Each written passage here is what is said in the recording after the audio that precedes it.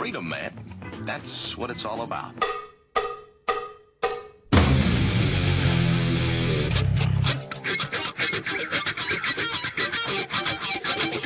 You've got to groove on freedom, like the good book says.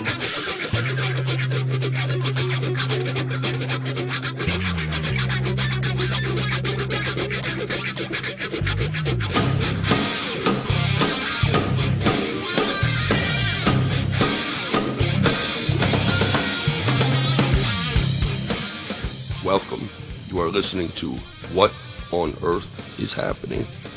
This show will discuss the topics of human consciousness, mind control, natural law, the occult, and all issues that affect the freedom of the people of Earth. What on Earth is Happening will endeavor to shine light upon the darkness of our world and to offer empowering solutions to the problems we face as humanity approaches its critical moment of choice.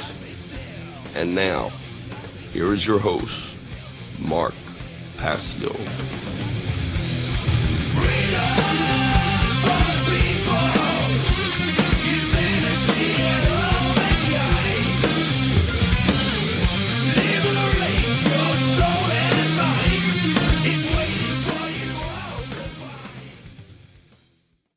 True freedom. That is what this show is all about. Welcome, everyone. Today is Tuesday, July 6th, 2010. I'm your host, Mark Passio, and you are listening to What on Earth is Happening. My website is whatonearthishappening.com. The network's website is revolutionbroadcasting.com. This show is live every Tuesday from 7 to 9 p.m. Eastern Time, right here on the Revolution Broadcasting Network. So we have a lot of great information tonight. I'm going to read some event announcements that are coming up in the Philly area, and I have a special treat for everyone. We have a guest from the Tesla Science Foundation. Actually, we have the president and founder of the Tesla Science Foundation who's going to be on with us live tonight to talk about the upcoming energy independence celebrations in Philadelphia this weekend. So let me give the call-in number for this show before we proceed. The call-in number is 724-444-7444. Once again, the call-in number, 724-444-7444.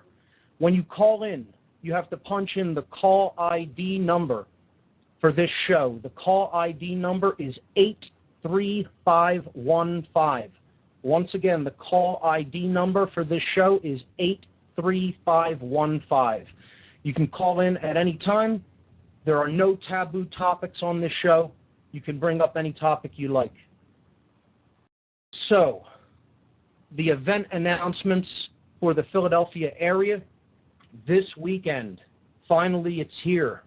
The Nikola Tesla Energy Independence Celebrations 2010 in Philadelphia, July 9th, 10th, and 11th.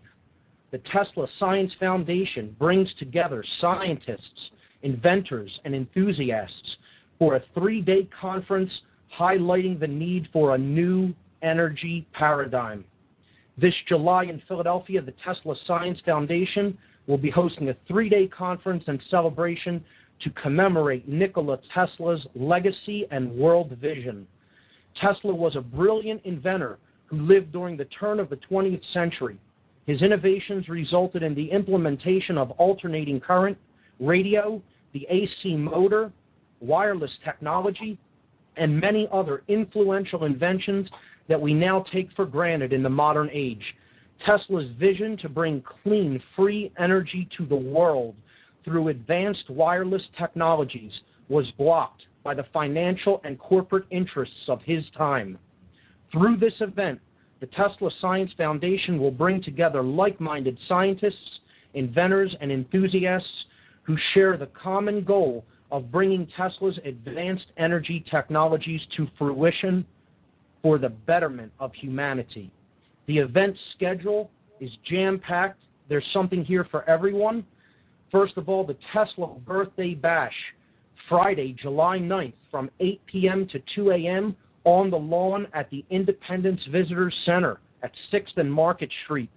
It will be a lot of fun. There's going to be a Tesla coil competition, Tesla fireworks with many Tesla coils out on the lawn at Independence Visitor Center.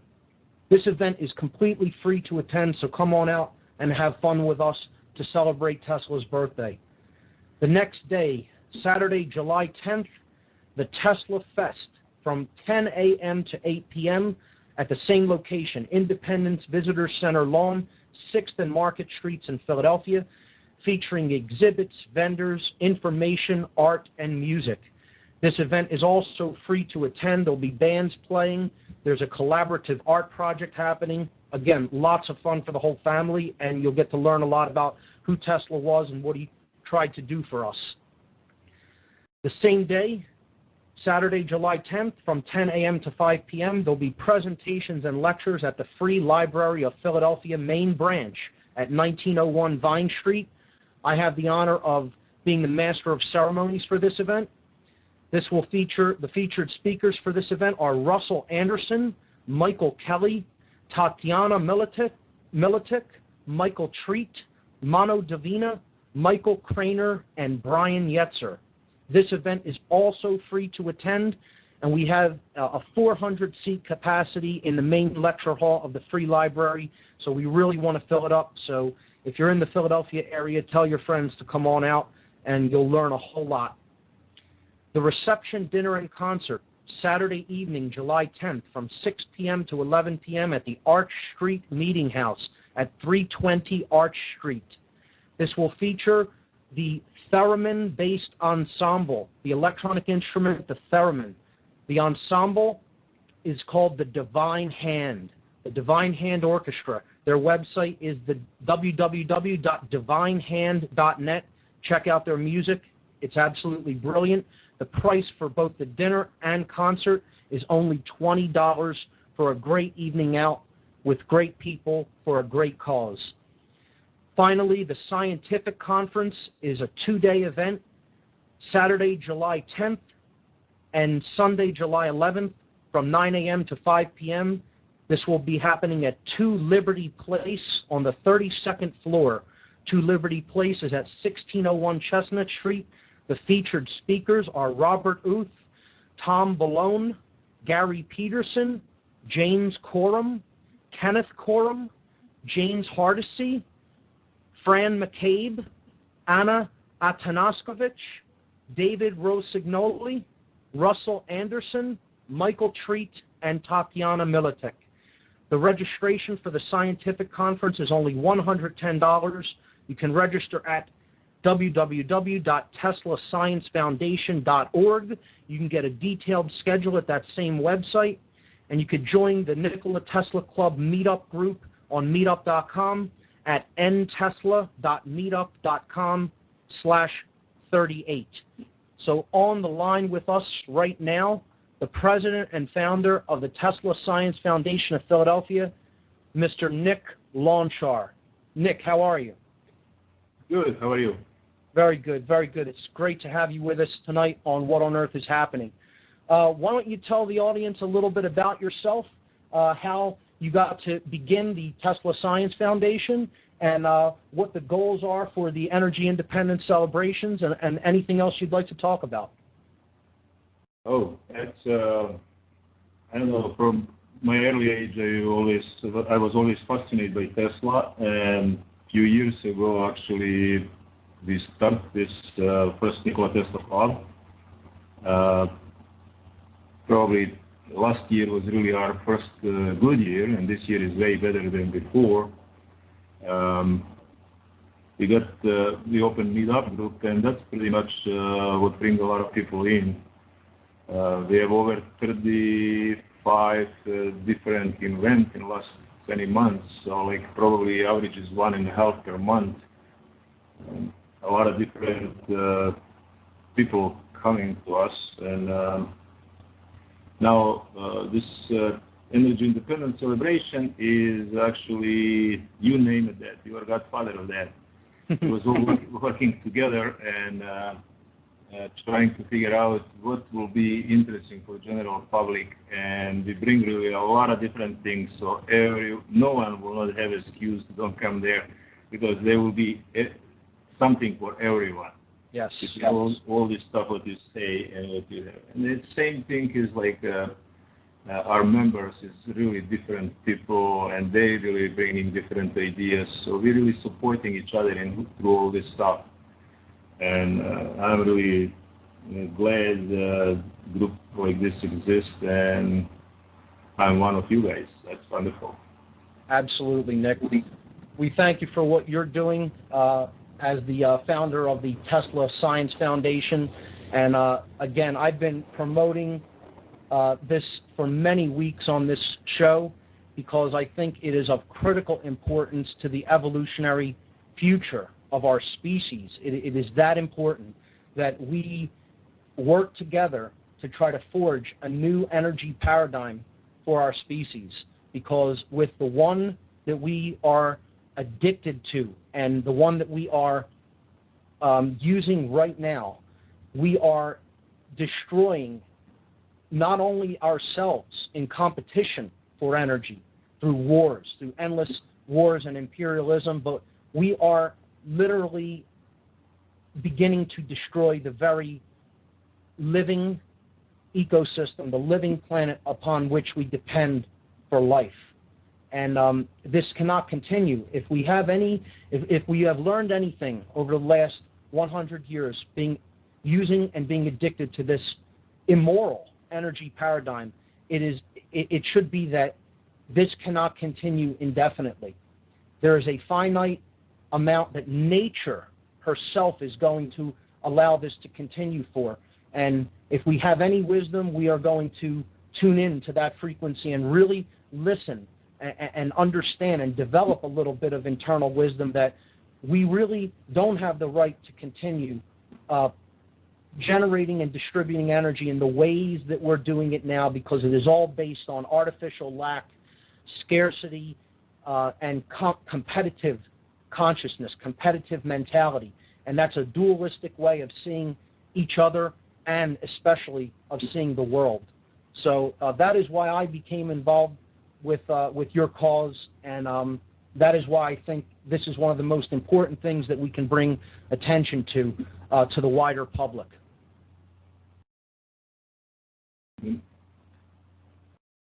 Yeah. So, Nick, do you have anything else to say about the upcoming events to the audience, to the listening audience? Any particular aspect that you want to talk about a little bit more? Actually, I don't know. I really think they just can come out and enjoy these 3 days. Whoever have time, and they can go on our website and they can ask questions if they really have questions, because it's so much there what's going on. I don't know. I would be either able to explain all this stuff. I'm not sure. I think you should bring maybe other guys what organize trade and little Dave to talk a little bit about park area, and maybe David Rossinelli to talk about science and scientists there. Well, if you'd like to get in touch with them and tell them to call in, I would be happy to put them on the air and speak with them about the aspects of the events that they're involved in organizing.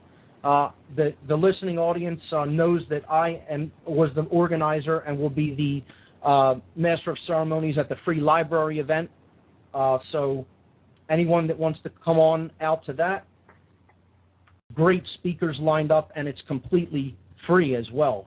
If you're more technically inclined, maybe you're an engineer or an inventor of some type, you would definitely want to take a look at the scientific conference. There'll be other engineers and inventors there, and you'll meet some brilliant minds there, I can guarantee you that. So like Nick said, there is something here for everyone at any level of interest. Come on out, get involved. That's what the name of this game is. Get involved, show your support, and network with people when you're there. You'll meet a lot of great people who are really trying to do good work for the world and its people. And that's what this event is all about. This is an event that has been organized because the organizers who put it all together recognize this need. They understand the critical junction that we are at as a species, and they are mobilized to actually take right action. And that's why I love the Tesla Science Foundation so much, and it's an honor for me to be working with you guys.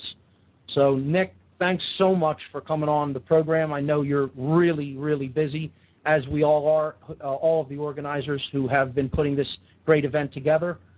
So I want to thank you for taking time out of your schedule to be here on What on Earth is Happening. Thank you very much. And I will call Fred. Probably he will call you in. Great. Sounds good. We'd love to hear from him. Thanks. Bye-bye. Nick, take care.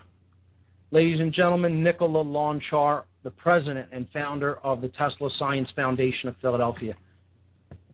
A great guy who I'm honored to call my friend. So, that is the first of the event announcements. I have 3 more that are coming up in the Philly area. 2 of which, all 3 of which I'm a part of. So, the first one is the Philadelphia UFO Awareness Day 2010. This is hosted by Pennsylvania Mutual UFO Network. This will be on Sunday, July 18th from noon to 6 p.m. And once again, this event is free to attend. You see a lot of free events all over the place. You don't even need to spend any money to come out and learn and help grow your understanding and network with great people who are, again, really trying to do something positive with their energy. So it's a great lineup of speakers for the UFO Awareness Day this year. The headliner is Dr. David Jacobs of Temple University. He's a Temple University professor, and he's an author of many books. His website is ufoabduction.com.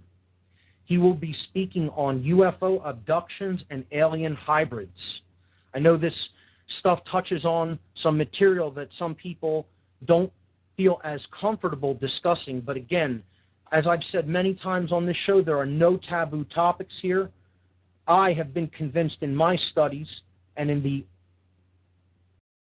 huge amounts of evidence that I have poured through that there certainly is something to the UFO phenomenon. I don't think it is one thing, but I will be giving a speech at this conference as well. My lecture will be called Don't Count on Disclosure. And in it, I'm probably going to touch upon just about every topic of interest and study that really got me into looking at esoteric topics, into hidden knowledge. The UFO phenomenon, truth be told, is kind of my in to everything that is taking place in our world. It is the thing that once I started looking into, I realized what a rabbit hole it was. I realized how much deception there was surrounding it. And ultimately, going down that path of research, I feel that I have understood quite a bit about why this phenomenon is lied about, is covered up. The public is deceived about it, about some of the deep underlying reasons why we're not told the truth by quote-unquote officials, by government agencies, military, intelligence, etc. And I will be really bringing the hammer down, so to speak, with this lecture at this conference. And I'm going to get into a lot of what I would think people would view as uncomfortable information about why this phenomenon is covered up at the very deepest levels. So my lecture will be called Don't Count on Disclosure, meaning official disclosure coming from the governments of the world. Also speaking will be Chris Augustin, paranormal investigator and the author of the website aliensthetruth.com. He has a great site. His lecture will be on alien abductions. Bill Weber is another speaker. He is the Pennsylvania MUFON State Section Director and Field Investigator. His lecture is entitled UFOs and Technology. Michael Melton, another Pennsylvania MUFON State Section Director and Field Investigator. He will be giving a talk called UFO Investigations, Interviewing the Witness. And finally, rounding out the lineup of speakers, Bob Gardner. He's the PA MUFON Chief Investigator and Field Investigator. His lecture is entitled Credible and Convincing Evidence for the Existence of UFOs. Again, Philadelphia UFO Awareness Day, sponsored by Pennsylvania Mutual UFO Network.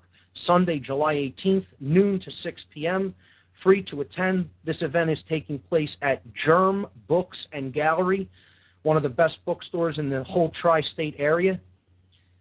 Germ Books is at 2005 Frankfurt Avenue in Philadelphia, 19125. For more information, please visit the websites MUFONPA, that's MUFONPA.com, and germbooks.com. Okay, next announcement. The group, Truth, Freedom, Prosperity, their website, www.truthfreedomprosperity.org, will be hosting a free documentary showing and discussion. They do this every third Monday of the month at the Ethical Society Building in Philadelphia. The Ethical Society Building is at 1906 South Rittenhouse Square. The movie will begin at 7 o'clock p.m. sharp, and this month they are showing the documentary Fresh. It's all about food and why our nutrition is so critically important to the quality of our lives and our consciousness, and the types of foods that we really should be eating, be nourishing ourselves with. It is true that we are what we eat. I can't stress this enough. Food is one of the methodologies of manipulation that is wielded upon us. Poisonous, genetically modified, full of chemicals, full of additives, preservatives, carcinogens, you name it. Our food is tainted in the West, folks, as a matter of fact, all over the globe. And we really have to make a conscious choice to attempt to nourish our bodies with higher quality foods, because what we put into our body does become what we are, at least physically. The nature of the brain and the connective capacity of particularly the neocortex of our brain, which is the higher order thought center and reason center of the human brain, of the neocortex. So what we eat has everything to do with the nature of our consciousness, and that means it has everything to do with the fundamentals, the fundamental dynamics of human freedom, because our consciousness, or lack thereof, is what is generating that dynamic. And that's why it's important to understand how to nourish ourselves properly. So come on out for a free documentary showing at a great location. The Ethical Society Building is a wonderful building. Every third Monday, Truth, Freedom, Prosperity, documentaries and discussions at the Ethical Society of Philadelphia. Don't miss it. The next one is July 19th, Monday evening, 7 p.m. And finally, last event announcement, and then we'll jump into our topic for tonight. Free Your Mind, a conference on consciousness, mind control, and the occult. This is a conference that I myself am hosting, having had some experience in helping to organize the Tesla Energy Independence celebrations for the last 2 years. I decided to go ahead and organize my own conference. Those are the topics: human consciousness, mind control, and occultism. And there will be some phenomenal speakers at this conference. This will be happening April 9th and 10th, 2011.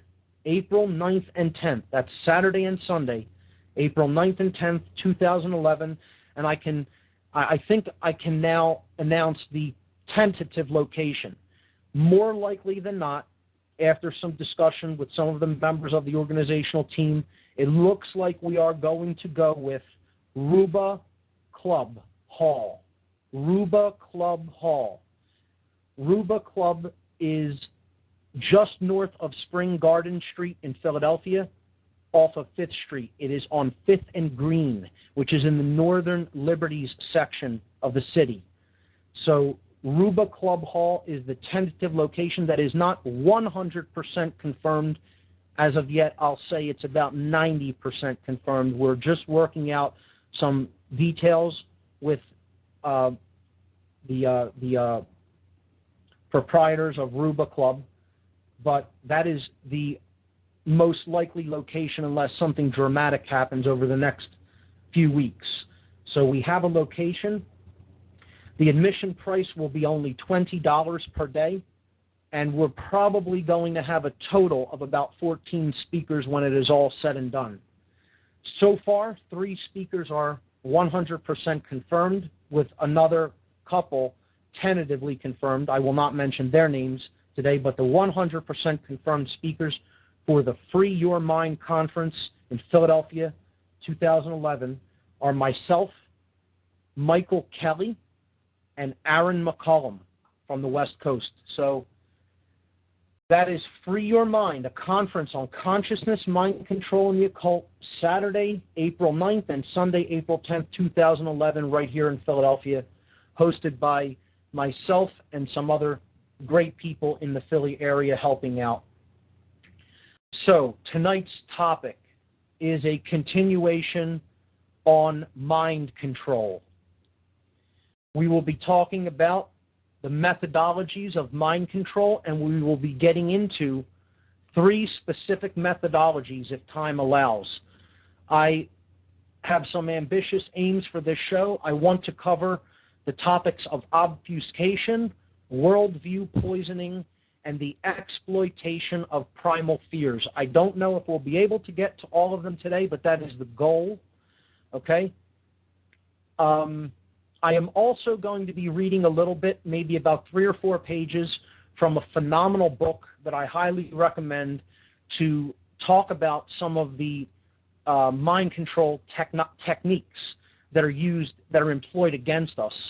And the book is called The End of All Evil by Jeremy Locke. I highly recommend this book. I think it is a very simple introduction to the true philosophy of human freedom. It's a very high consciousness book. It is written in very simple, easy to understand terms. And I, again, think it is highly beneficial for everyone to check this book out. I'll be reading a little bit, a couple of excerpts from The End of All Evil by Jeremy Locke. But before we jump in, I see we have a couple of callers on the line, and hey, you guys take precedence. So let's see who's on the line and take a couple of calls, okay? So, caller from southeastern Pennsylvania, you are on live on What on Earth is Happening. Hi, can you hear me? Sure. How are you doing? Hi, this is David Rossignoli. Dave, how are you? Good. Good. Great hearing from you. Dave is one of the other organizers from the Nikola Tesla Energy Independence Celebration. Dave organized the scientific conference at Liberty 2. So, Dave, what do you have for us today? Hey, I just thought I mentioned a few of the speakers, or just a couple of things that are going on at the science conference, if you got a minute. Absolutely. You go right ahead. You have the floor, my friend. All right. Well, thank you, Mark. And I just wanted to say it's going to be a great conference, and we have a number of speakers, probably a dozen or so speakers. We have people talking about atmospheric electricity extraction, the continuation of Tesla's work about harnessing the ionospheric cavity, and also some history on the Tesla's link to Benjamin Franklin and Loomis from the 19th century. We have a link to another talk about the ball lightning and name fails me now. We have a talk on electrogravitics and a number of different talks on a range of Tesla-related topics. And the people included Coen Brothers and Michael Treat, Russell Anderson, and several others, covering 2 days, on Saturday and Sunday, and July 10th and 11th. Absolutely. That sounds awesome. A lot of incredible topics. I know there are some brilliant individuals who are going to be part of that scientific conference. I guarantee you that anyone that attends will learn a lot and will meet a lot of other great minds that are coming together in Philadelphia for an incredible event over the weekend. Anyone in this area, please come out and get involved. The world needs this. We need this now more than ever. Again, I've said before many times on this program, this should have been implemented over 100 years ago, but we have the power within ourselves right now to force this issue and to bring this to the awareness of the people and to get people involved with a grassroots effort. Forget lobbying people, forget begging for and petitioning the government. Let's get involved at a grassroots level to get this actually done and implemented. Let's bring Tesla's vision. Let's bring the vision that he had for the future to fruition, and let's do it ourselves. Let's not wait for orders from headquarters, so to speak. We have this capability to do this on our own, and we will do it because it is the right thing to do. So, Dave, you have anything else that you want to say about the event coming up this weekend? No, I just think it's going to be a great event. We also have a banquet on Saturday night with additional speakers. We have Mark Pfeiffer and a number of other speakers. We also have a panel discussion Saturday afternoon about the future of energy. So anyone interested in any of these topics, I strongly urge you to attend. I think you'll find it interesting, and just as you've said, we really should take the initiative. Absolutely. Dave, thanks so much for calling in, and thanks for your great work in putting together the scientific conference. Hey, thank you, and thanks for letting me have a chance to talk. Anytime. Ladies and gentlemen, David Rossignoli, one of the main organizers for the Nikola Tesla Energy Independence Celebrations 2010. He put together all of the speakers at the scientific conference at Liberty 2 Place. A great job, and we thank him for the work that he is doing as well. I see we have another caller on the line, so here we go. Caller from Southwest New Jersey, you are on. What on earth is happening? What do you have for us? Hi, this is Fred. Hey, Fred, how you doing? Ladies and gentlemen, Fred, another organizer from the Nikola Tesla Energy Independence Celebrations. Fred, you organized the outdoor portions of the event, the Tesla Birthday Bash and the Tesla Fest. The Birthday Bash is going to be on July 9th, 8 p.m. to 2 a.m., and the Tesla Fest all day long, Saturday, July 10th.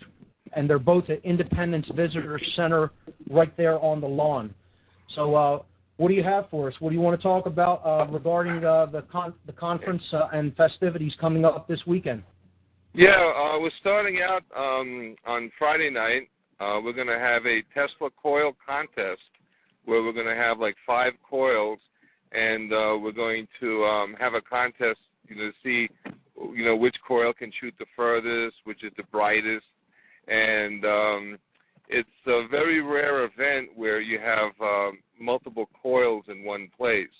Yes. And it's gonna be right on Independence Hall, and it's gonna be a really great event. And at the same time, we're gonna have a dance party at the lawn. on, and I'm sure hundreds of people are going to show up.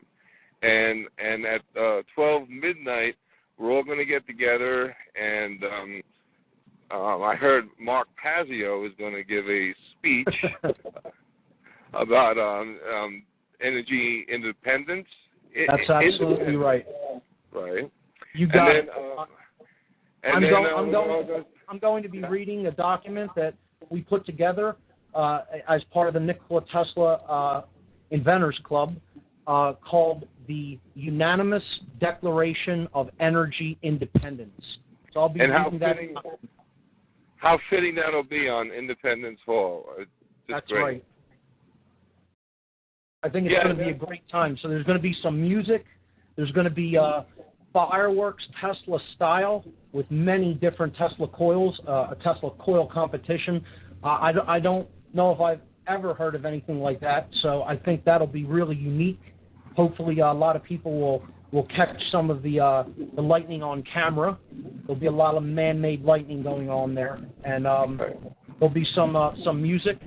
And what's going on the next day at the Tesla Festival out on the lot there? Tesla Festival, we're probably going to have 15, 20 exhibitors. We're going to have a coil going, and we're going to have all different aspects of Tesla. Representative from Long Island, Jane Alcott will be there. She's working from the Wardenclyffe project, right? Exactly. Yeah, great, she's going to have, and we're going to have petitions. And we're going to have one of the petitions will be to change Vine Street Expressway to Tesla Expressway. Awesome. And another petition will be for the energy independence. And also, Mark, I don't know if you heard the news. The city of Philadelphia has proclaimed July 10th as a Tesla honorary Tesla Day, and we're going to have a plaque from the city of Philadelphia. That's awesome, Fred. I actually did just hear that just before we went to airtime, and that is phenomenal news. It's about time. It's long overdue, I should say. Finally, the city of Philadelphia recognizing Tesla, his accomplishments and his achievements, and they are recognizing July 10th as Nikola Tesla Day in Philadelphia. That's great news. And can you imagine if Vine Street? I don't know if people aren't familiar with Philadelphia, but Vine Street Expressway goes right into the heart of downtown, and it's always got traffic jams. So as they make their daily traffic announces, they'll be constantly saying, and Tesla Expressway is jammed up again. And it'll just get the word out to all of Philadelphians, who Tesla is and what Tesla is, and get people interested in Tesla. And there's so many people, when they hear Tesla, they get so excited because this man is such a great example for humanity. And he's such an inspiration because not only of the things that he invented, but his heart. His inventions, he didn't keep them for himself. He gave them away. He gave them away for humanity to use. His idea for the Wardenclyffe Tower was to build these towers throughout the whole world so that the whole world can enjoy free electricity. And, I mean, yeah. Yeah, that's absolutely right. Tesla was never driven by profit motive. He truly, like you said, did open his heart and wanted to share his brilliance with humanity and make his inventions available to all for free. Money was not his object of desire. He wanted to help to advance the human spirit of innovation, and he wanted us to boldly march into the future knowing that we would not have to compete for energy needs here on the earth, unfortunately, like we are doing now, because we've gone down such a horrifically different path than what Tesla originally envisioned for this species. But it's not too late to do something about that. That's the main point of this conference. We can still reverse this. We can still bring a brighter future into manifestation as someone like the great inventor and scientist Nikola Tesla envisioned for us. It can be done. We have to employ the spirit of our imaginations combined with our intelligence to make that happen, and then to put our will forward and truly work and, again, come together as one for the same intention of making this vision for the future of free energy actually occur, to make it happen. So, Fred, anything else you'd like to say about the event coming up? That's it. We're just, it's basically about Tesla and the betterment of the society. So, energy independence. So that's what it's about. Absolutely. Fred, thanks so much for your hard work in organizing the outdoor portions of this great event, and thanks for calling in. Thank you. You got it. Take care. Another one of the hard-working organizers for the Tesla Energy Independence Celebrations 2010. All right, we have some more callers, and again, I love to take calls, so you guys take precedence. Here we go. We could always get back to the topic of discussion and continue with that. Even if we get to that a little later in the show, or we don't get to a couple of topics, next week is another week. So here's another caller from Southwest New Jersey. You're on the air on What on Earth is Happening. What do you have for us? How you doing? This is Shakir from Pensacola, New Jersey. Hey, how are you? I'm good. I got a question for you. Sure. There's probably a bunch of listeners out there who would like to participate but can't for any myriad of reasons. Is there any group or organizations you know of where they can donate money for the folks that are out there in the trenches doing the work? Are you talking about the Tesla Science Foundation? That in particular, but any that you know of. What area are you in? Pensacola, Street Control. New Jersey? Okay. Well, that's not too far from Philadelphia. I mean, that's right over the Ben Franklin Bridge, right? Or it's right over the Betsy Ross Bridge. So there's a lot of organizations in the Philadelphia area. I mean, I just mentioned several of them in this region that are working on all different aspects of the truth, all different aspects of consciousness. Truth, Freedom, Prosperity is one of the best groups in this entire area. I feel that a lot of the people in that group really understand the root dynamics, the causal factors of the problems that the human species is experiencing at this time in our evolutionary development. So that's a great group to get involved with, truthfreedomprosperity.org. They work hand in hand with a lot of the members of Campaign for Liberty. That's another great group. They just tabled out at the Independence Hall Tea Party on the 4th of July. Wow, what a fiasco that thing was. I actually went to it to promote to some of those people the Tesla event, and it is not the case that organization understands a lot of the dynamic, unfortunately. I was trying to reach out to many of them, and some were very open-minded and others were not so much. But so Truth, Freedom, Prosperity, I would highly recommend. I would highly recommend the Tesla Science Foundation. Their website is teslasciencefoundation.org. I would highly recommend a great group called Survive and Thrive. They have a meetup page. If you type in Survive and Thrive Philadelphia region, this group talks about grassroots survival techniques, taking care of yourself and your family in survival situations. Great organizer, great topics, just incredible information given out on a monthly basis. I'd highly recommend getting involved with them. There's probably many others, but I think a good place to start is Truth, Freedom, Prosperity myself, if I had to point you in one particular direction. Thank you, sir. You got it. Thanks a lot for calling in. All right, bye-bye. Take care. All right, one more caller I see we have holding. Here we go. Caller from southeastern Pennsylvania. You're on. What on Earth is Happening? Hello, Mark. Hey. It's George Burden. I listened to your earlier part of your show, and I'm with the Nikola Tesla Science Foundation, a board member, and I also would love to talk with you about the upcoming events that are happening at the Independence Visitor Center on the mall at 6th and Market. Sure. The Tesla birthday bash. I don't know how much was heard, but this is an event that to celebrate on the 9th of July, Nikola Tesla birth date was July 9th, between July 9th and July 10th at approximately midnight.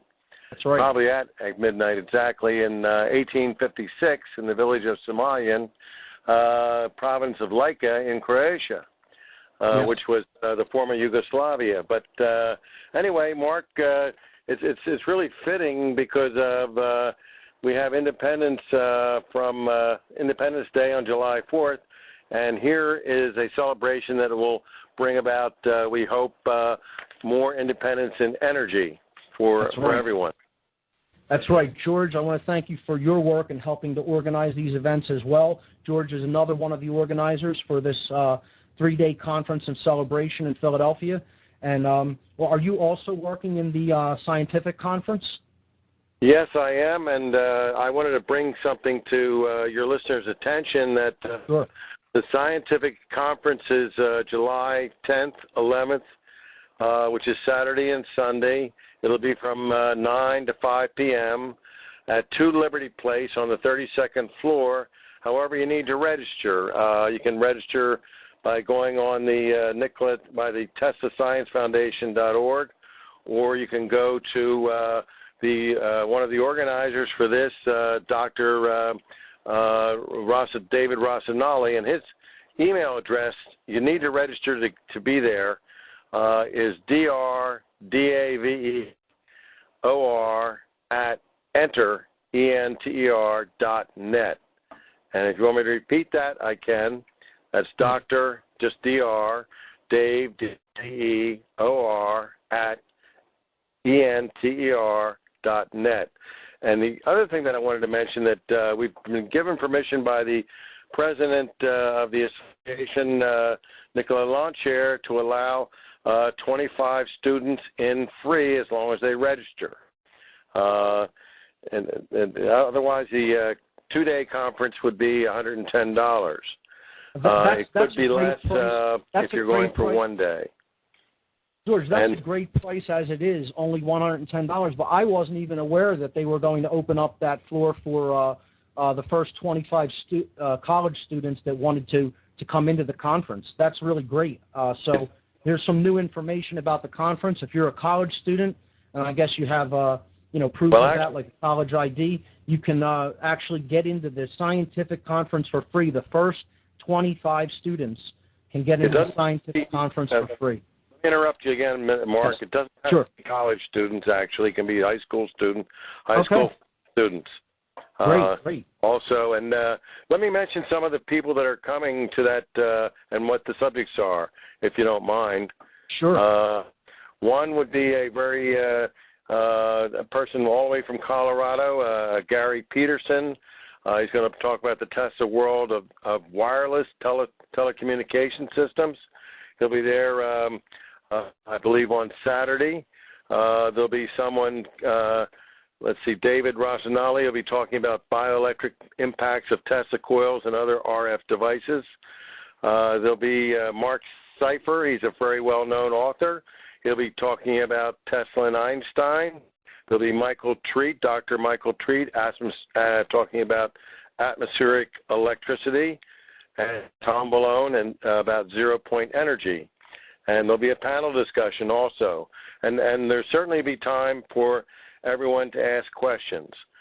This is going to be a very, very interesting scientific conference, and probably not one like it in all of the United States at this point.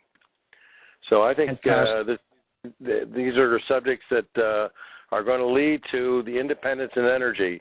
So we will not be beholden to, and I don't want to mention BP, but I will, because there could have been any oil company that could happen to. and not just BP. Fortunately, BP has money to pay us back. But we need to be independent, and you always talk about independence as the spirit and getting back to the Constitution. So if there's any questions I can answer about the conference, I want to invite everyone to come to definitely the free parts of the conference, and they are starting on July 9th. There's going to be a birthday bash down in Independence Hall, and therefore you can also go on our website, and which is the Nikola Tesla Science Foundation.org, and have a full schedule of all the events, and all of them are free except for this one scientific conference, except for the 25 students. And there's a dinner which is very nominal that's going to be sponsored over at the Quaker Meeting House on 4th and Arch Street with speakers. And that'll be on Saturday night, and that's only $20. And to eat for $20 in Philadelphia is seems to be very reasonable. You can't beat that price for a nice evening out with a very classy musical act and a great dinner as well. And there's a dish there for everyone. There will be a meat dish. There will be fish.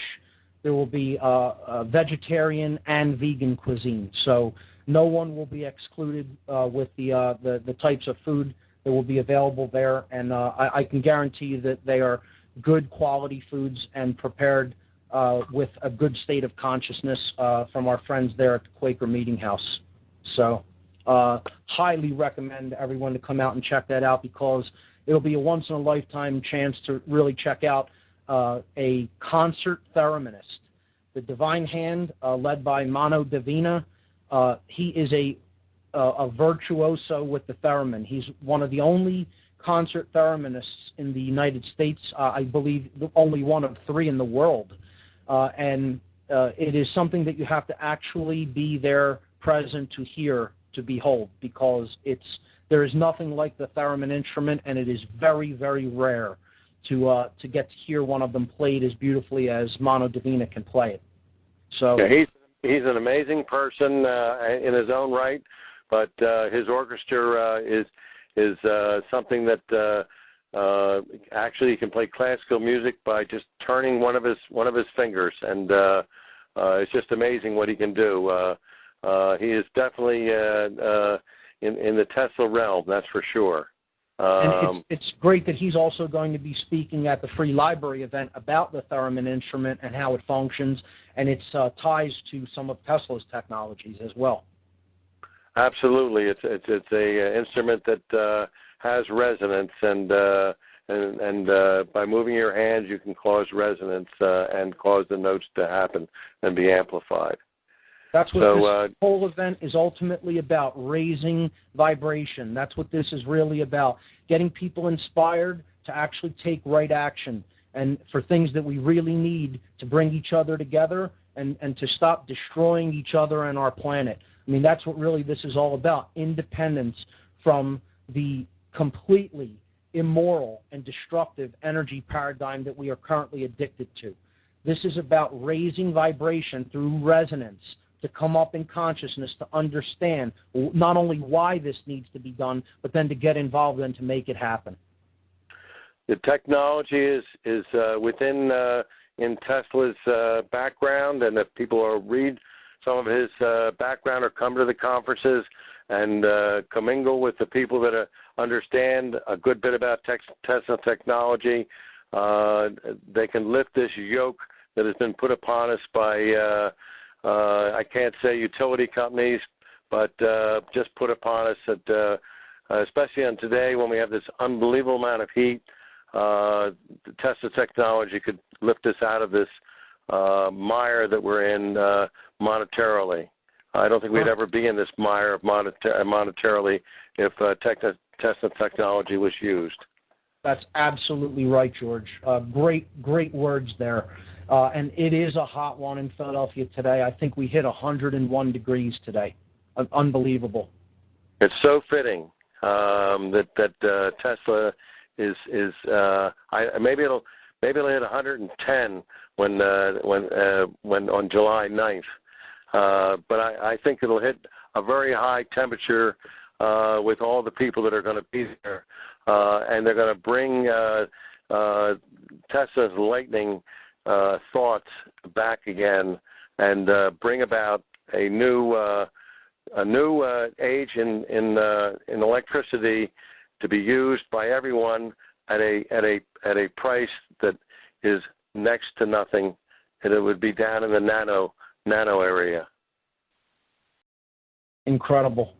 George, I really want to thank you for all your hard work and dedication in helping to put this conference together, and I wish you and everyone else involved the best of luck this coming weekend. Thanks so much for Mark. Thanks so much for calling in. All right. George, you take care. Okay. Bye. Thank you again, Mark. I really appreciate it. You got it. Ladies and gentlemen, George Burden, another one of the great organizers for the Nikola Tesla Energy Independence celebrations. So, Tesla had a vision for this world, and he had a quote. He knew that he was stopped by powerful financial interests during his time, but he didn't leave this world before he made this quote. He said, "Let the future tell the truth and evaluate each one according to his works and accomplishments. The present is theirs. The future for which I really worked is mine." Think about that, ladies and gentlemen.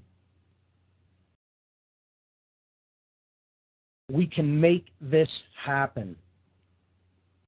It's all about getting involved, learning what this is about, learning why it is so desperately needed, and then joining the cause, getting involved in whatever way you can contribute to making it happen. And together, we'll do this. We will achieve energy independence. And this is one of the key cornerstones of the structures of control of this world.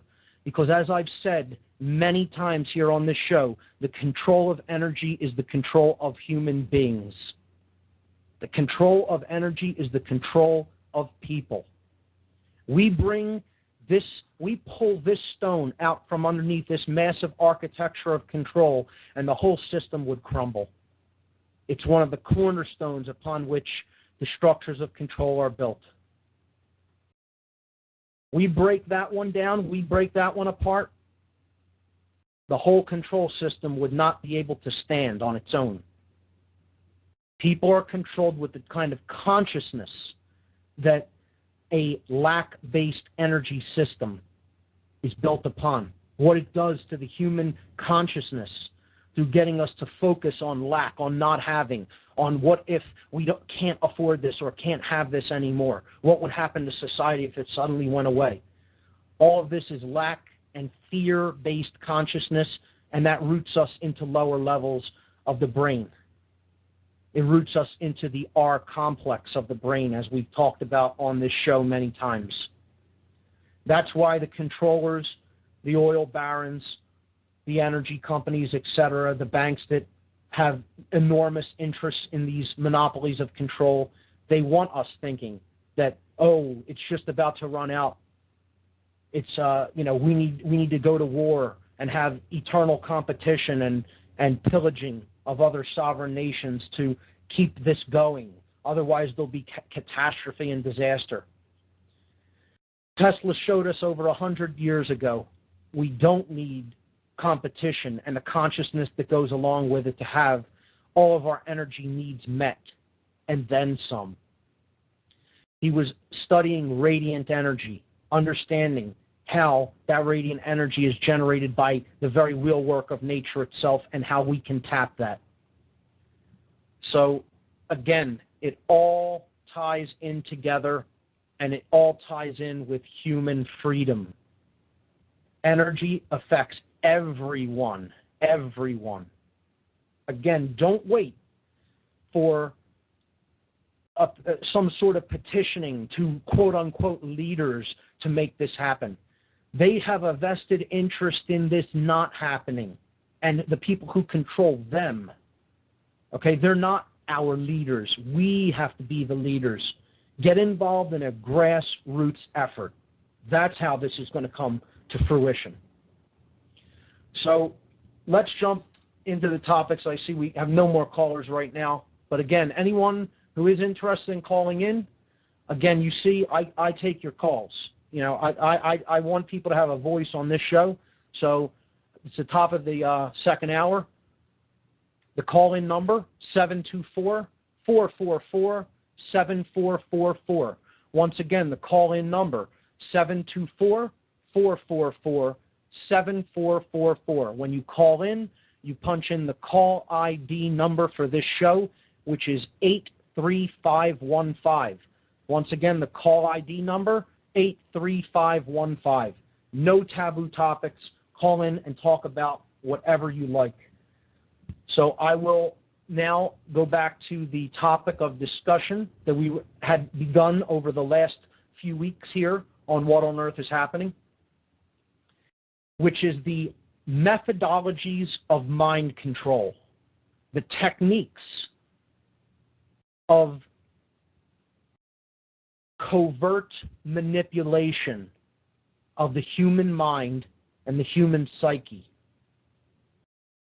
And I'd like to tell an anecdotal story before I even jump into the first technique.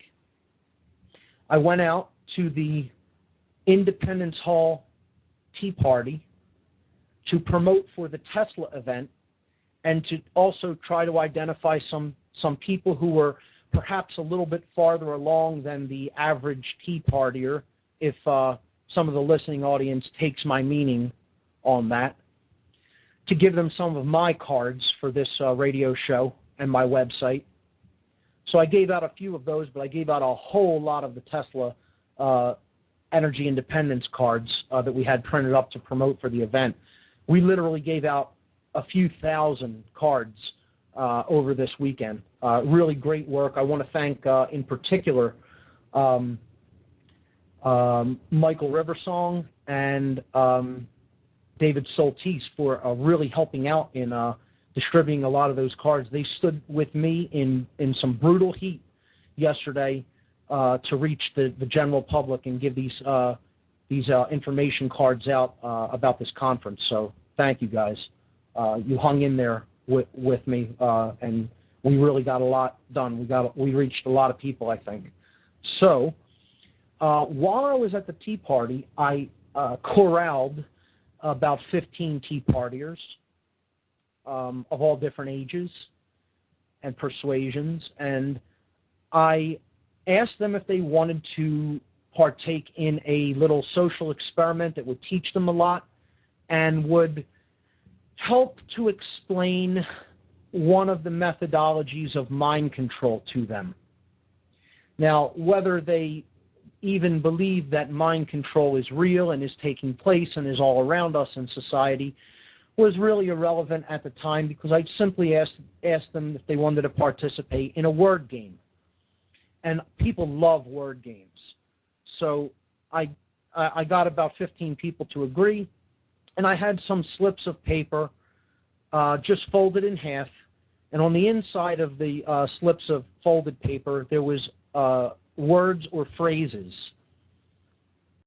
printed, and there was a blank area in which the instructions were simply write down one word, only one word, about what this word or phrase makes you think when you hear it.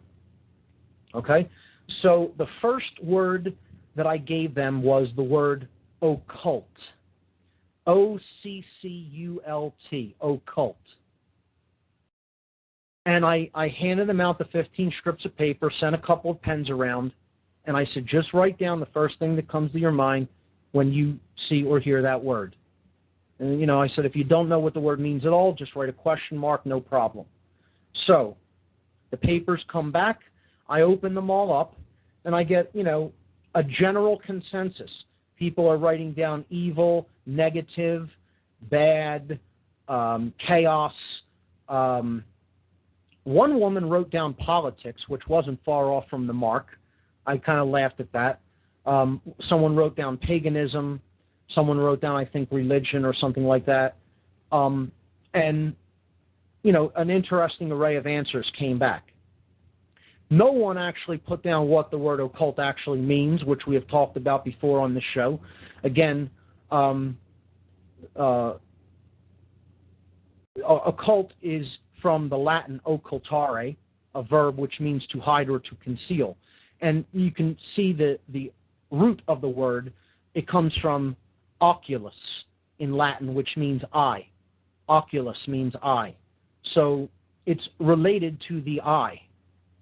Occult simply means that which is hidden from sight, that which is not apparent to the eye. That's all it means. So the next slip of paper went around, and it simply had the phrase on it, concealed from view, hidden from sight. And when people wrote down what they thought about this, almost invariably the word secret came back. One person wrote down, I'm trying to think the word that they used, covert or something to that effect. Secrecy, covert. Secret was invariably the word that came back for hidden from sight or concealed from view.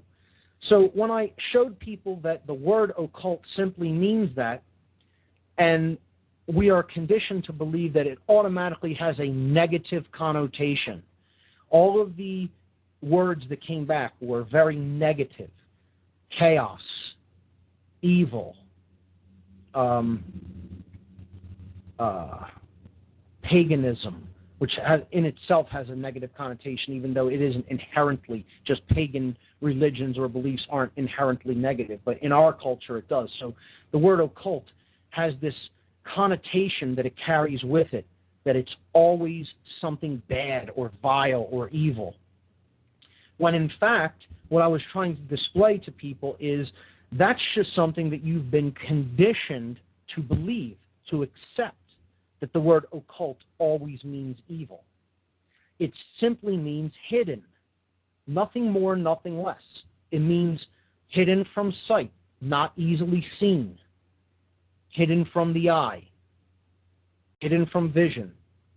Like the word ocular means related to vision, related to the eye, ocular. That's all occult means, hidden from the eye. So the next thing I sent around to these individuals was another slip, and on it, it said,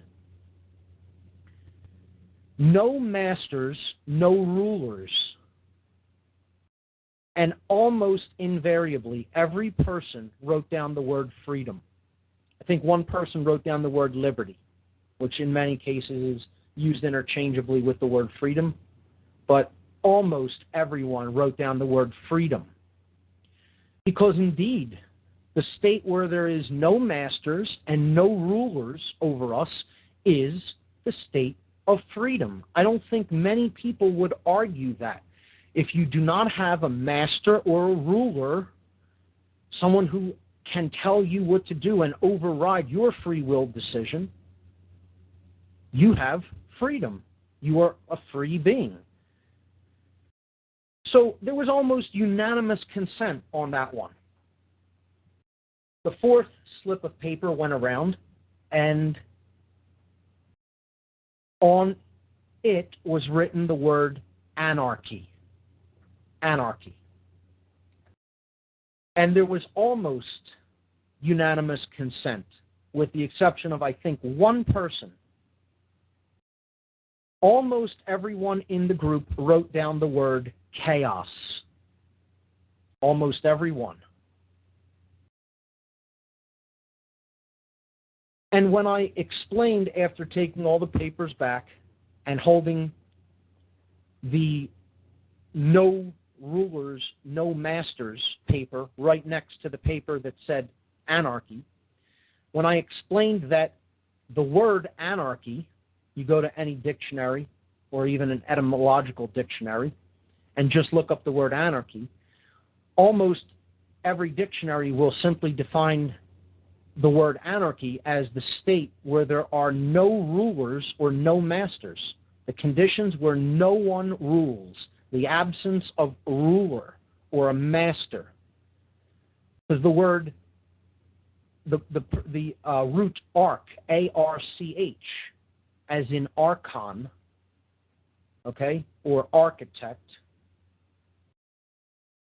essentially is a planner or a ruler or a master. Arch, A-R-C-H, the root means ruler.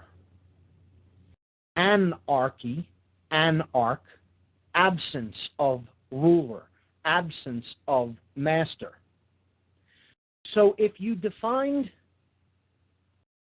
the condition of the absence of a ruler or the absence of a master as freedom, and the absence of a ruler or a master is what the word anarchy means, why would someone write down the word chaos as the first word that they associate in their mind with the word anarchy? How does that happen is what I asked everyone. If the word anarchy means no rulers, no masters, and you think no rulers, no masters means freedom, then how can you think that anarchy means the exact opposite of freedom, which is the state of total chaos? Chaos is what ensues when evil and control rule ourselves and our environment. Chaos has nothing to do with human freedom. It has everything to do with human slavery, the essential condition that the majority of human beings exist in. I would almost say all human beings exist in physically, but we're in slavery at a much deeper level, at a mental level, which is why this show attempts to expose and educate people as to the root causes of that slavery of the mind, or mind control. Mind control is what we're going to be breaking down into its constituent elements and techniques over the next several weeks here on this show. So this is a form of mind control, is what I was attempting to explain. Someone got you to believe that the word black is equivalent to white, that the word up is equivalent to down, that left is right and right is left. How does that happen? Well, that happens through the power of words and word play and word association. And that happens through repeating something endlessly, over and over and over and over and over. And if you look in a Latin dictionary at the word dictator, it means to repeat over and over. That's all the word dictator means. It comes from the verb dictere, which means to speak. Well, dictator means to speak repeatedly. That's where we get the word dictator from, because that's all it really takes to create a dictatorship, whether a physical one or a mental one. To repeat the same thing over and over and over and over again until someone believes that black is white, that up is down, that left is right. And indeed, when people saw that these two things were equivalent and that they had been convinced that they were opposite meanings, that they had been taught, conditioned to accept that the word anarchy means chaos, that that's what results when there are no rulers, no masters, you have chaos. Well, I would suggest that if you have no external rulers or masters, you have freedom, not chaos. Where I would say you have chaos is where you, yourself, are not the master or the ruler of yourself. When you let someone else rule you, master you, become your master, and own you, then you have chaos. And ladies and gentlemen, that is what we have right now. We don't have freedom. We have chaos in the world, in case you didn't notice. Chaos is what is reigning and ensuing. Things are in a state of chaotic flux. There isn't any order. The people that think that they're keeping order through controlling other people are delusional regarding what creates chaos and what creates order. And we've talked about those forces as natural law principles extensively on previous episodes of this show. That which creates chaos is based in fear, confusion about what is taking place within us, not understanding who and what we are or what our true purpose is, and lashing out through fear and confusion to attempt to control others externally. This is what creates chaos. That is the dynamic of natural law that actually creates chaos in the world. Right there, it is explained. You don't have to believe me. That doesn't mean that what I just said isn't true. I've recognized that principle in my life through direct, first-hand experience. So I don't claim that that is my belief. I understand that principle. Now, many people have a hard time when I say something like that because no one wants to hear from anyone else that they know something. This connects with the ideology of solipsism, which we have talked about on this show. This is the ideology that there is no truth and no one can actually know anything, can actually know something for sure. And this is a nonsensical ideology. Of course, there is such a thing as objective knowledge. It exists. The laws of nature do exist. They can be known. They can be known by us. You can know them.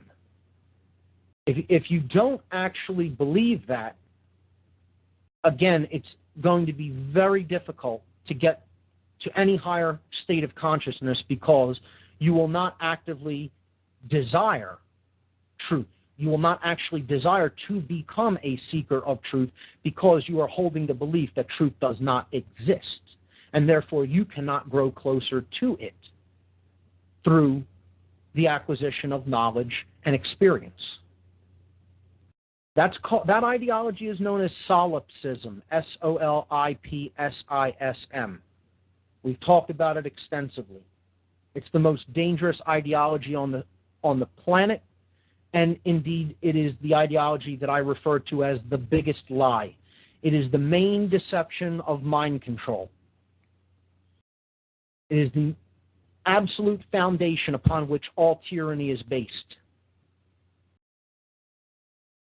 A deceiver, a tyrant, has to get you to accept that you cannot know the truth because it is so complex.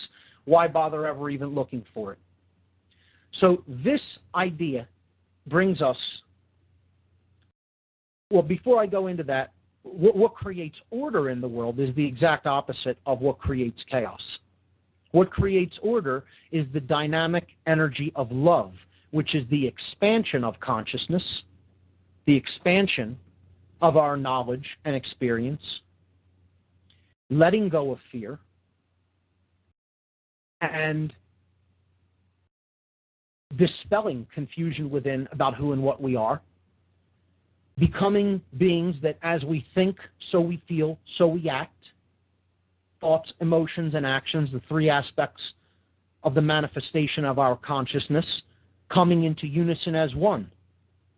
As we think, so we feel, so we act. This is the state we referred to as self-love, dominion, which is the rulership of self, becoming a self-master, knowing the true qualities of the self, which we talked about in relationship to the ego mind, to the egoic, lowercase self, our animal nature, so to speak. Understanding how that level of consciousness, that level of base consciousness blocks us and erects barriers to the true understanding of who and what we really are. All of this has been covered on previous shows. And when we become masters of our own selves within, of our own emotions, our own thoughts, our own actions, then, and only then, and not a moment before, will the dynamic, will the state of true freedom manifest itself on this world. That's what this show is all about, because those are the causal dynamics. Those are the causal factors, the natural law principles that create what we are experiencing around us. And they are all generated from within, not from without. So, what I'd like to do now is get into the first actual technique of the techniques that I identify as being the most critical to understand. There are many others. However, I identify 14 particular methods of manipulation of the human mind. Why is it important to understand these deeply? Well, I'd like to read a quote on that. The co-author of the book Transformation of America with Kathy O'Brien, a mind-controlled, a trauma-based mind-controlled slave of the project known as Monarch. And while I'm mentioning Kathy, I can tell you that I'm going to have a pretty interesting treat for, excuse me, for our listeners coming up in probably a couple of weeks on this show. I will be bringing onto the show live. I don't know whether I'll be doing this through the internet or possibly even in person right here in my home studio. I will be having on someone, I will not be mentioning this person's name yet, who was directly involved in Project Monarch from a victim perspective. He was a victim, a trauma-based mind control victim of Project Monarch. Now, trauma-based mind control is a little bit different than the quote-unquote soft mind control techniques that I'll be discussing over the next many weeks on the show. But I will be taking a break from discussing some of those techniques to bring on someone to tell a bit about his story in Project Monarch. And this will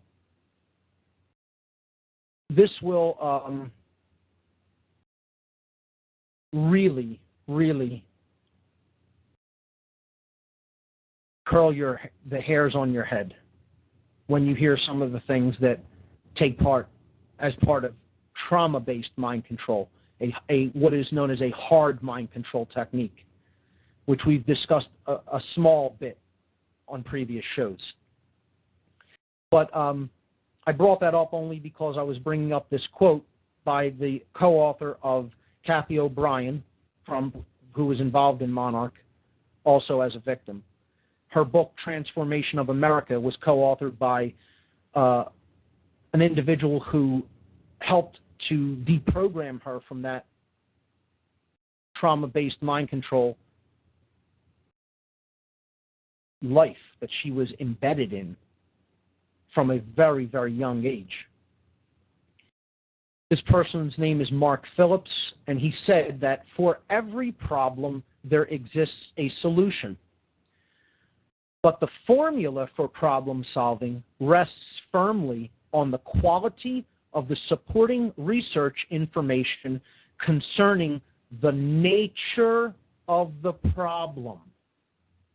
I want everybody really to think about this. What is being said here in this quote is that, yes, every problem we can come to understand what the solution to that problem is. However, the actual way that you get to the solution is by understanding enough information concerning the nature of the problem. And there are many, many, many people who think this is not the case. There are many who think we can solve problems without understanding the nature of the problem. We can do an end run around it. This is a New Age belief. It is a belief. It is not a philosophy. It is a belief. A lot of New Agers will tell you, we don't need to understand how mind control works. We can do an end run around all of that and just get people to a higher state of consciousness by telling them that they need to love each other and practicing all different techniques of how to raise vibratory energy within the body, et cetera, et cetera. However, we can ignore all of that quote-unquote negative stuff. We can just ignore that. We don't need to talk about it. They don't need to know how that works. And what I say to this simply is nonsense. Nonsense. This is itself an obfuscation technique, and it's dangerous. For people not to be influenced by the techniques of mind control, they do need to know specifically how those techniques work and how they are wielded. And I will be definitive, will say that very definitively and strongly. You're not going to get out of this technique and out of this state of consciousness that we're in, which is mind control, and get out of it completely unscathed and ensure that this is not going to encroach back slowly. Even if you did get out of it by some miracle, sudden awakening of consciousness that there's not really any evidence to support, in the New Age movement, you'll hear this referred to as a satori, S-A-T-O-R-I. A satori moment is a sudden awakening. Someone just suddenly realizes the whole picture and how it all fits together, and their consciousness jumps an enormous amount in a very, very, very brief amount of time with technically no actual knowledge acquired in that moment. It's just a sudden awakening.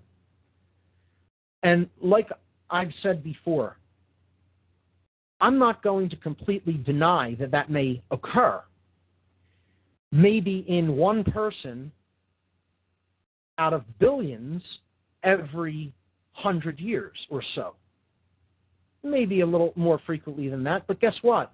The amount is so small that it's like saying, well, maybe we can count on being able to jump out the window and flying. But so far, so few people have been able to do that. Not saying it may be not possible in some, at some level of consciousness to do that. But the amount of time you would probably have to go through to see that actually happen is probably longer than the age of the observable universe. So why are we going to waste time thinking about and discussing that here? We're not. I'm talking about practical application of knowledge, doing the work on the ground, so to speak, instead of having our head in the clouds all the time. This is why these techniques are critically important to understand. Once we understand enough about the nature of the problem, we have made what is known as a diagnosis. When there's an illness, and there's an illness in humanity, in the human psyche and spirit, when there's an illness, you need to develop a diagnosis. Now, let's break this word apart.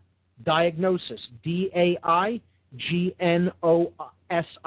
diagnosis. We see that it is comprised of two Greek roots. Dia means through, as in to go through. And gnosis means knowledge or awareness in Greek. Diagnosis, diagnosis. Gnosis, G-N-O-S-I-S, knowledge. Dia, through. A diagnosis means to go through knowledge, to take in enough knowledge concerning the nature of the problem. And now you're in a position of power, because knowledge isn't power in and of itself.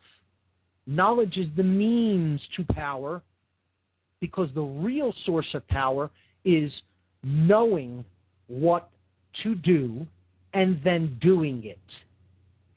That's what real power is. Wisdom is the proper application of knowledge. Upstanding, right, moral application of knowledge is what wisdom is. So for those who will say you don't need to know how mind control works to solve this problem, bunk.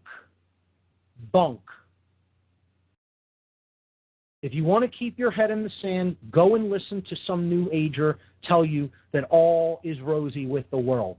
That's not what you're going to get on this show. That's not what we do here. That's not what I do here anyway. Okay? We're going to look at all of the aspects of the truth, light and dark. We will propose empowering solutions, and those solutions will come through looking at some of the dark aspects of the truth. And that's why it's critical to understand how mind control works. So, the first technique of mind control, obfuscation. O-B-F-U-S-C-A-T-I-O-N, obfuscation. Okay? This is the first out of the 14 techniques, the 14 methodologies that we are going to look at over the next many weeks on this show. And again, I will maybe break this up and intersperse it with a few guests or call-ins. As always, we'll take calls as we go through the show. But this is what the bulk material is going to be over the next many weeks on this show. So, the word obfuscation, when we look it up in a dictionary, we see that it means to render obscure, unclear, or unintelligible. Obfuscation means to create confusion. And this is the dynamic that goes to work on our emotional state. Again, when the force of fear is present within us, within we become emotionally confused. This is the dynamic that reigns over the human emotions, confusion. And the technique that is the most responsible for propagating this vibratory energy known as confusion is obfuscation. So we'll look at some examples of obfuscation. How I've likened it in my presentation is it's like someone coming up in a very elaborate, beautiful mask that's pleasing to the eye, has nice tones. Maybe they're completely dressed up in a way that is completely pleasing, but it's all a smokescreen. They're presenting something. It's like putting a very thin layer of skin that maybe looks attractive, over a piece of rotted meat or flesh, and then putting it on someone's plate to try to get them to eat what's underneath. Okay? Dressing something up, making it look good so that someone takes it in place of the real thing or in place of something that could do some good for them. And it's really reversing. It's a total reversal of different principles. Again, it's just like getting people to think that anarchy means chaos, when in fact it means the absence of rulers or masters. It's getting someone to swallow the poison pill because you covered it up in something that is attractive or appealing. To render obscure, unclear, or unintelligible, to create confusion, is to obfuscate something. Okay? So, what is obfuscated? What are some of the principles that we need to understand that are completely obfuscated? The first and most important thing that is obfuscated, that is a technique of mind control, is the obfuscation of simplicity with complexity. I'll say that again. One of the first and fundamental techniques of mind control is the obfuscation of simplicity with complexity. And again, this ties in with wrapping someone's mind up in knots and getting them to go down labyrinths, mazes in their mind to think, wow, this stuff is so complex, I could never possibly understand it. Truth is always simple, folks, always simple. If someone is trying to get you to believe that understanding what is taking place in this world is so complex that you could not possibly be able to understand it, they are trying to control you. They are lying to you, they are deceiving you, and they are trying to control your mind. The world is not irreducibly complex. Now, some will say, this is the ideology of reductionism. Wrong answer again. This is not reductionism. This is a simple truth. Truths are elegant and simple. And every great philosopher and every great scientist who has ever lived has said that. Truths are elegant and simple. The first technique of obfuscation is to confuse simplicity with complexity. So in helping the listeners to understand how this dynamic completely is tied in with human freedom, I'm just going to read the first 3 or 4 pages of a book called The End of All Evil by Jeremy Locke. I highly recommend people get this phenomenal book. It's brilliantly written and quite simplistically written. And it goes a long way toward helping to explain what is actually taking place on this planet.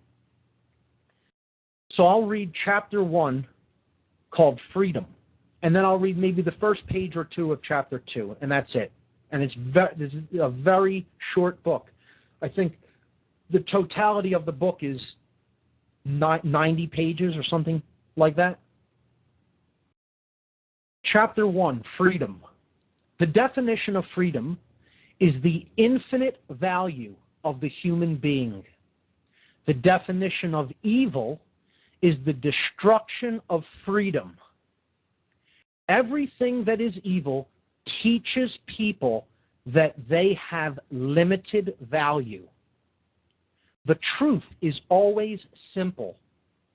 All people recognize truth because all people are intelligent beings.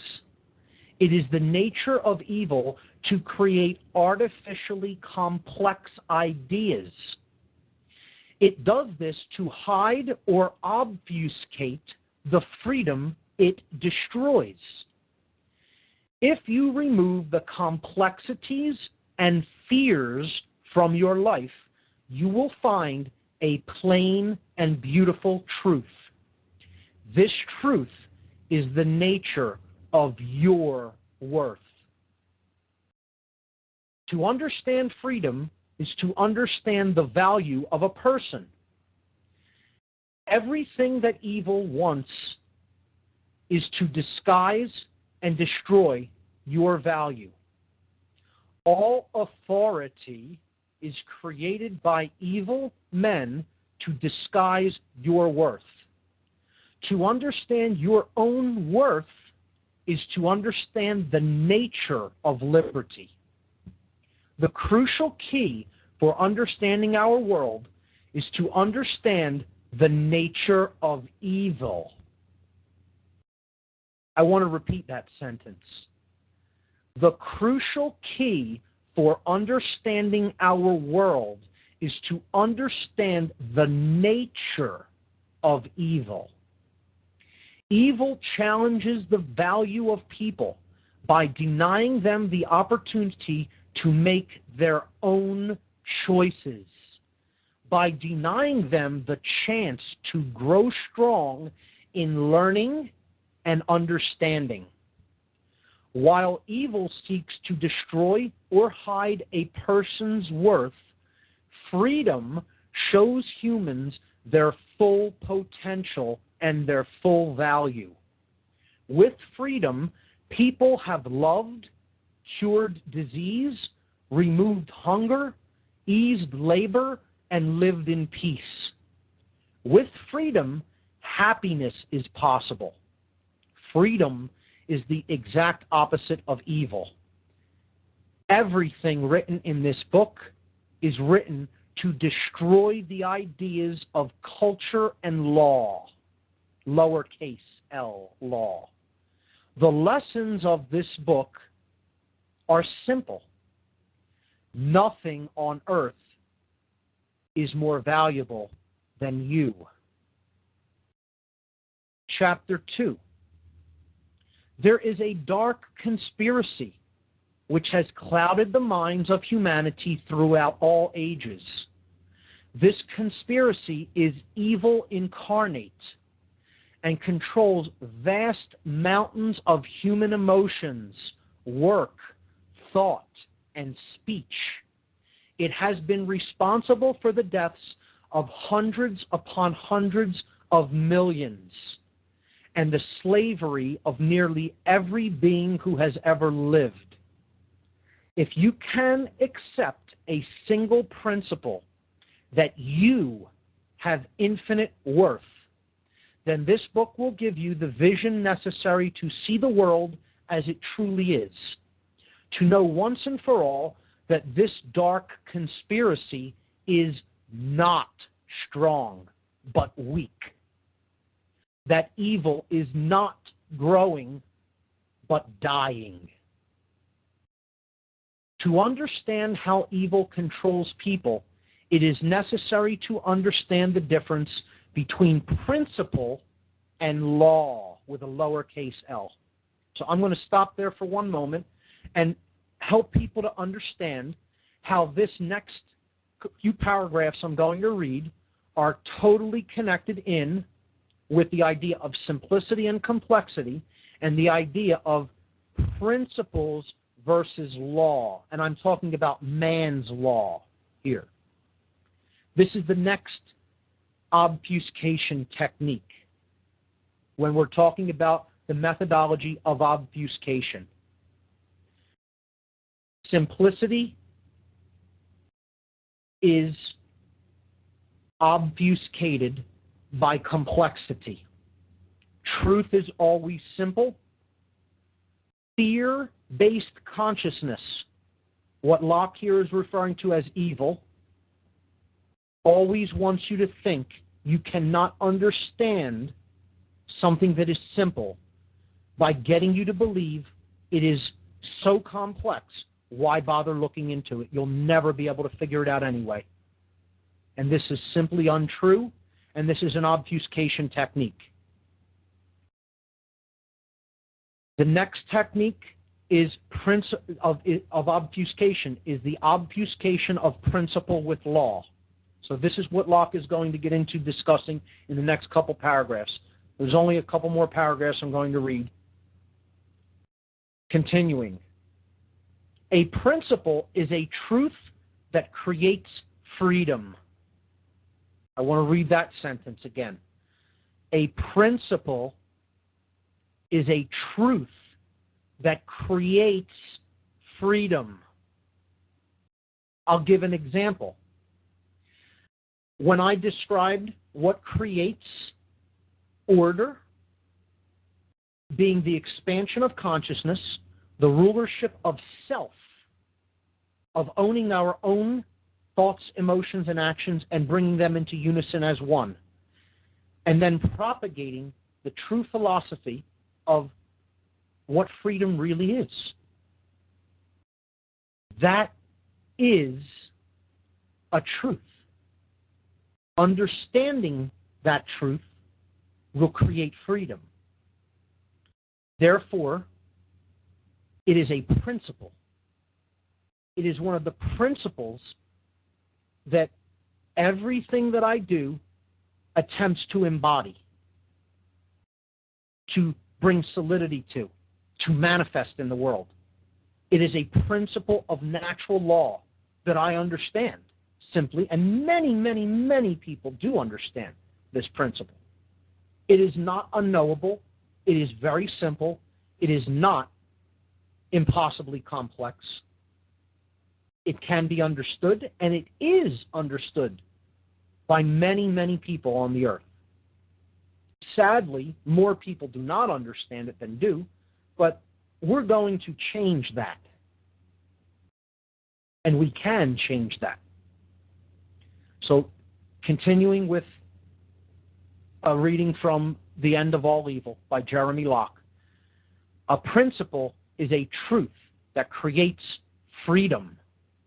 A law, lowercase l, man's law, is what he is referring to here. A law is a lie that creates slavery. Principles describe reality. They are knowledge that can help you to make use of your world. Because of your intelligence, you recognize principles in everything you do. Every true thing that you learn is a principle. Think about that. Every true thing that you learn is a principle. The movements of your hands, which foods taste good, mathematics, empathy for a friend, are all based on principles.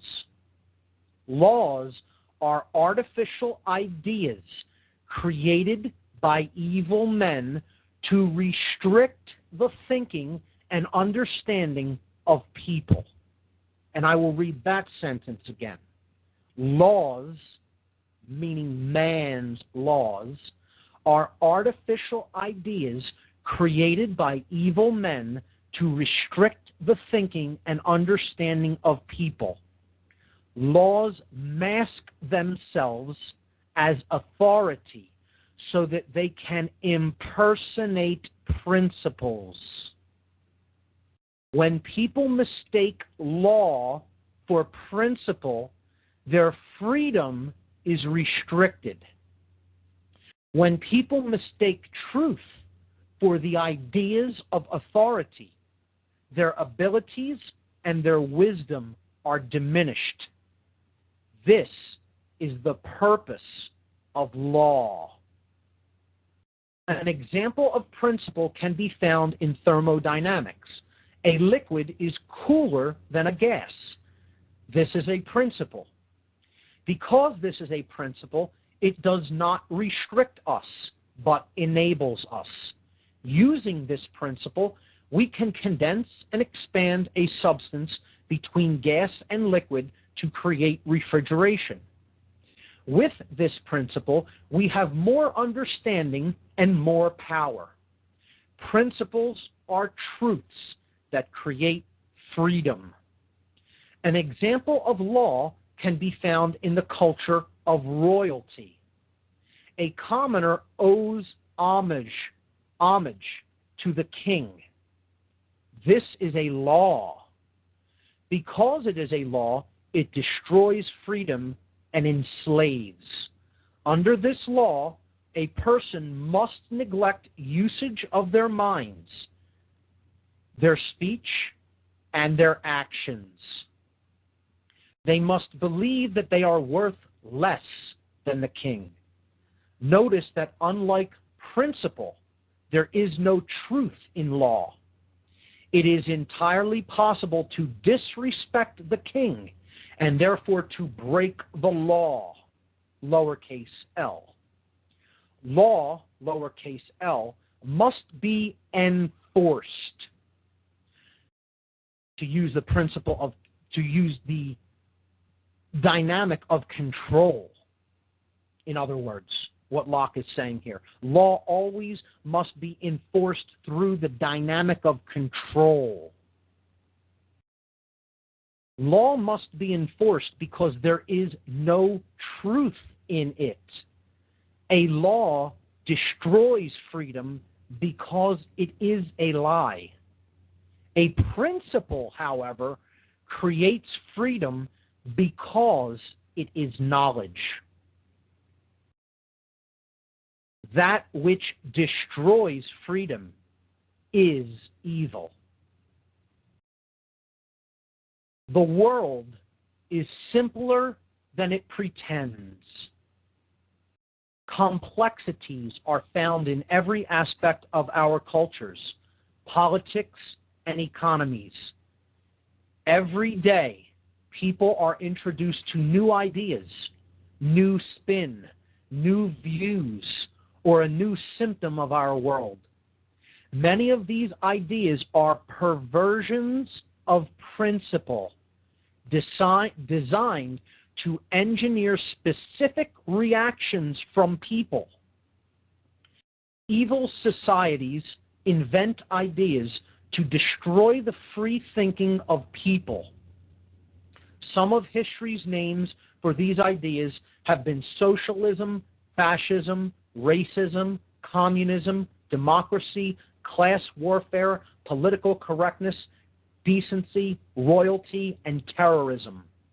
All of these ideas are created for exactly the same purpose. They are all vehicles to confuse the minds of the victims of slavery. They are all evil. You are capable of understanding everything in the world around you. Your intelligence is not limited. Distortions and complexities are introduced into your understanding so that evil men can control you. Evil wants you to believe that you are incapable of understanding your own world. I'll read that sentence again.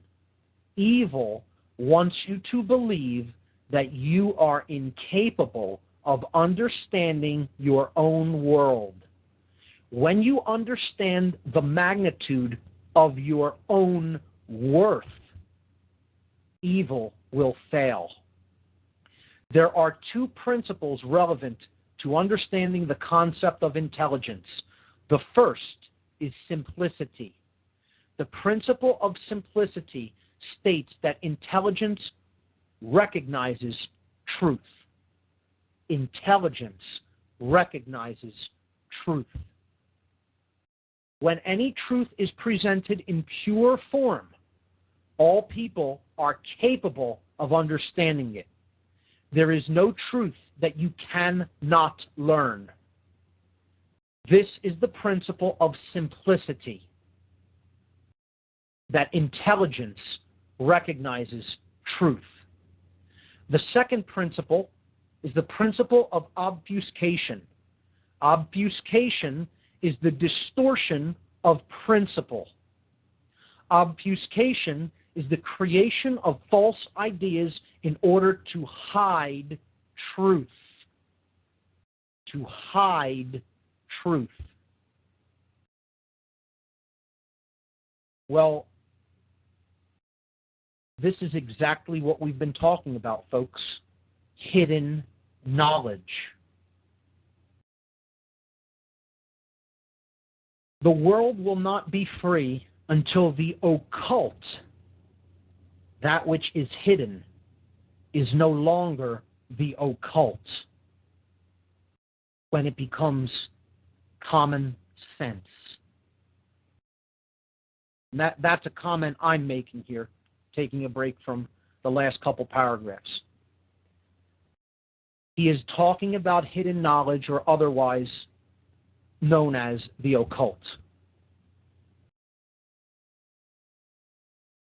Obfuscation is the creation of false ideas in order to hide truth. Sometimes this is simply adding ideas on top of truth to disguise the nature of the original truth, just as I described obfuscation as. Even ideas that seem entirely appropriate can be used to bury simple truths. Obfuscation is used by evil to confuse the minds of people. Obfuscation distorts principles so that people will be unable to learn. And as we've talked about on this show, the root causal factor of all the negativity and suffering that we are experiencing is people's inability to recognize truth from falsehood. That's the root underlying cause of what we're experiencing on earth,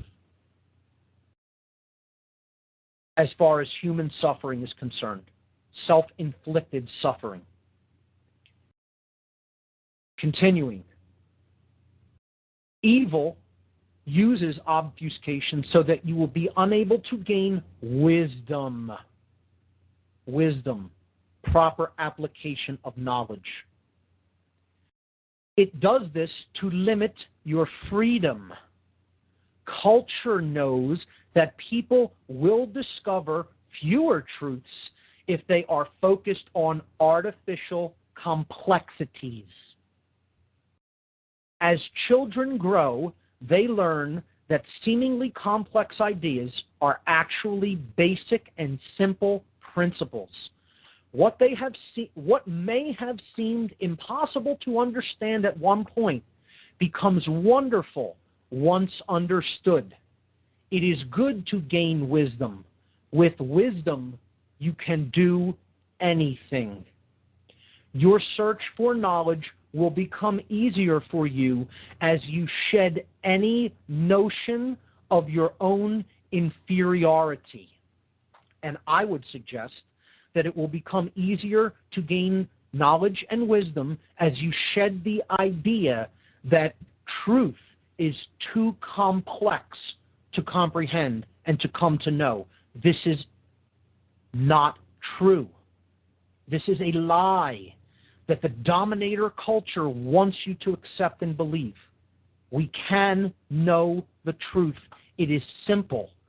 Our intelligence inherently recognizes simple truths. Your search for knowledge will become easier for you as you shed any notion of your own inferiority. Evil uses obfuscation to make people feel inferior. You are not inferior to other people, and you are not inferior to ideas. You have infinite worth. And I will stop there with the reading from the great book, The End of All Evil by Jeremy Locke. And I think that's all I'll basically cover for tonight. We're winding down to about the last hour in the show. I want to thank all the great callers for calling in. I want to thank everyone involved with the Nikola Tesla Energy Independence Celebrations 2010. I want to make one final appeal to everyone in the Philadelphia area and the surrounding region. Come out to this event, get involved with these great people, participate in these wonderful ideas, and together we will achieve energy independence, and we will achieve independence on a much wider scale, the scale of true human freedom. And energy independence is a gigantic part of that. So, with that having been said, I'm going to sign off for tonight. Ladies and gentlemen, thank you for listening here on WhatOnEarthIsHappening.com and on the Revolution Broadcasting Radio Network at RevolutionBroadcasting.com.